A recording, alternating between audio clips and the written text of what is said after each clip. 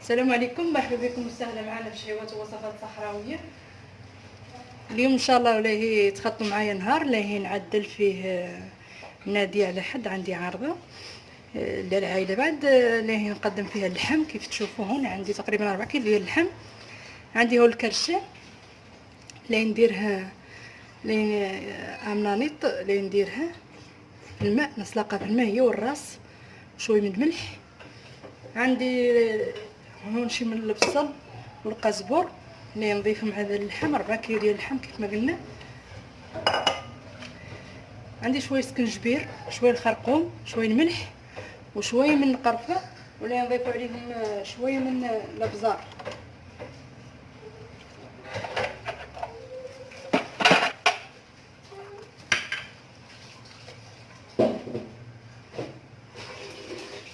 نضيف شويه الابزار كيف تشوفوا.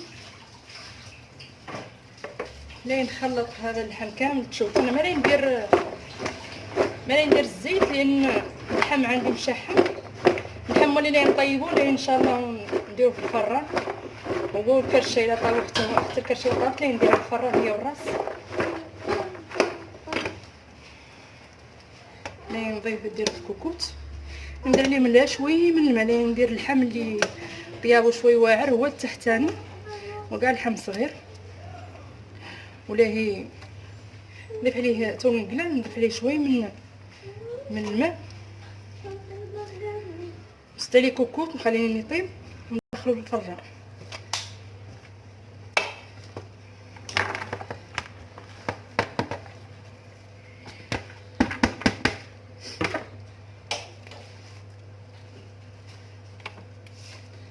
اللي نخليه ما لين نحركو غير نديرو فوق النار، نخليه شوي نعود نضيفو شويه الماء ونسد عليه ونخليه يطيب. عندي هون الكرشه كيف تشوفوا بديت انا عدلت منها تقريبا، عدلتها كامله لان عدلكم ولا كيفاش تعدلونها.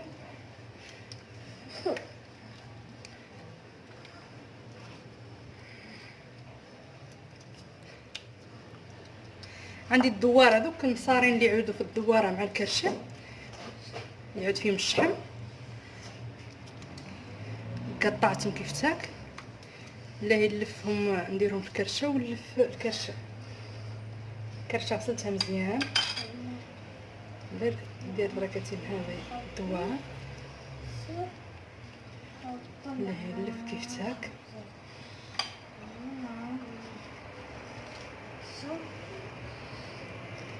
لا نزقنن هذا المصران كيف ساك ونكرد باش تشد لي كرده.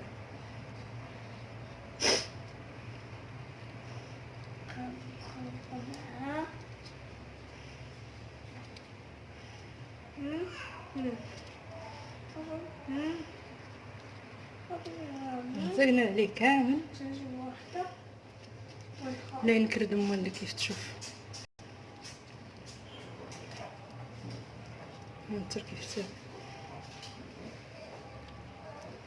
لا ندير واحد ثاني قدامكم تشوفوا.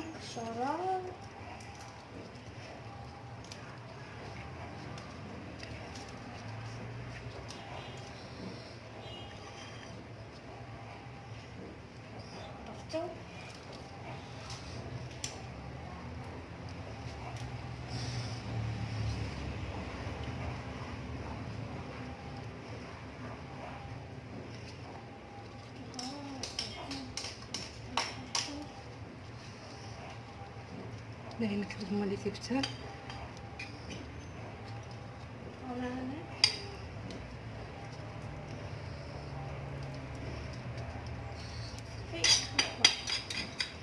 هانتا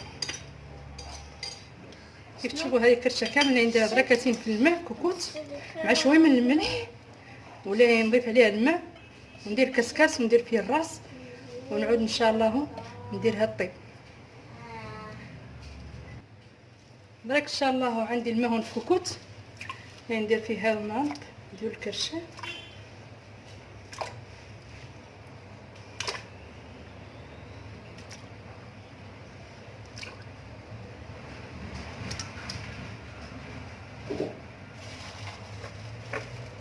لا ندير الملح تو طابو لين ندخلهم الفران باش يتحمروا.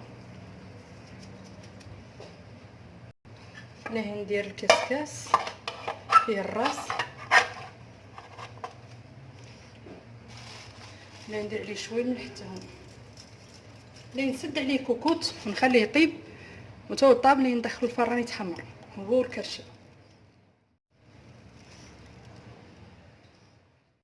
هونش بعد ما خليته نين نفوت تقريبا 10 دقائق يعني نمرق.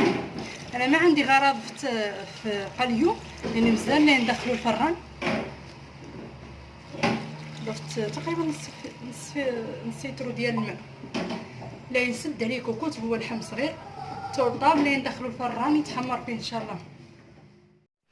عندي هو الكبده حكمتها وقطعتها نيه ما طيبتها، والريه والقلب وشي من الكلوه والشحم، نضيف عليهم كيف تشوفوا المعدنوس، ولا نضيف عليهم شوي من التحميره، شوي من الابزار، شوي من الملح، وشوي من الكمون، وشوي من زيت الزيتون، لين نخلطهم مزيان يعني تندمج هذيك الشرموله اللي درنا فيهم، ولا نعود ندخلهم القطوان.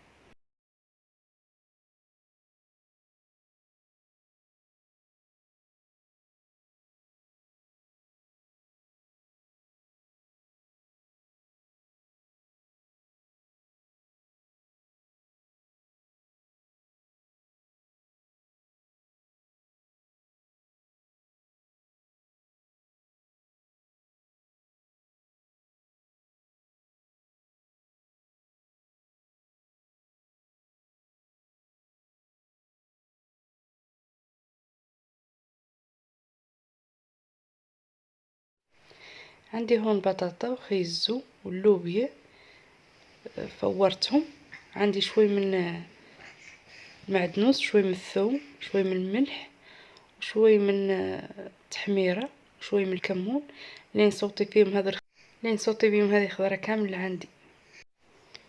هون بعد ما صوتيت الخضر اللي عندي كامله، اللوبيا وبطاطا وخيزو، عندي هون البورو كيف تشوفوا قطعته 2 بروات، عندي اللحم مصير، عندي البقوله اللي قبضتها وغسلتها مزيان وفورتها وقطعتها حيدت الورق، عندي الثوم اللي نضيف عليه مول المعدنوس، الملح والكمون والتحميره والابزار وزيت الزيتون،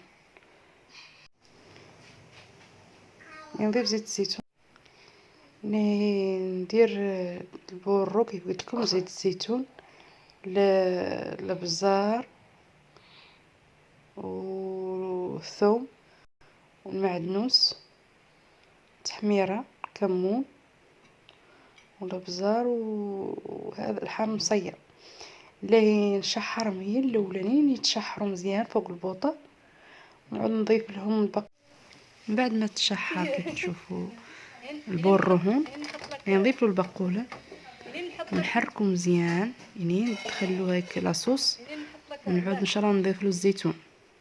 قلت لك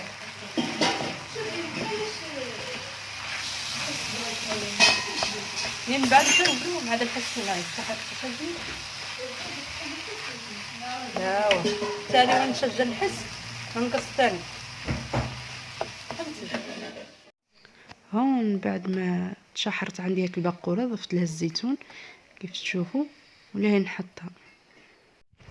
هون عندي الكبدة وين طابت، قطعت الخبز كيف تشوفوا قدمته مع الكبدة، نتمنى تنال اعجابكم. درتها بطريقة اللي هي ما هي اللي موالفين نعدلو، طريقة جديدة. هون وين طابت الكرشة درتها في الفران ندخلها تحمر، تقول تحمرت نخضر بها اللحم.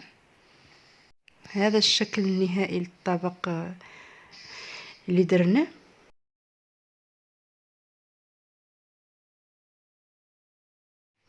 هذا هو الشكل النهائي للطبق. نتمنى يعجبكم. كيف تشوفوا درت اللحم في الجناب ودرت الراس الوسط وخضرت بالخضره اللي عدلنا قبيل، درت كرشه في زريان. نتمنى يعجبكم. اذا كنتوا اول مره تشوفوا القناه، شاركوا معنا في القناه وفعلوا زر الجرس، ومرحبا بكم وسهلا.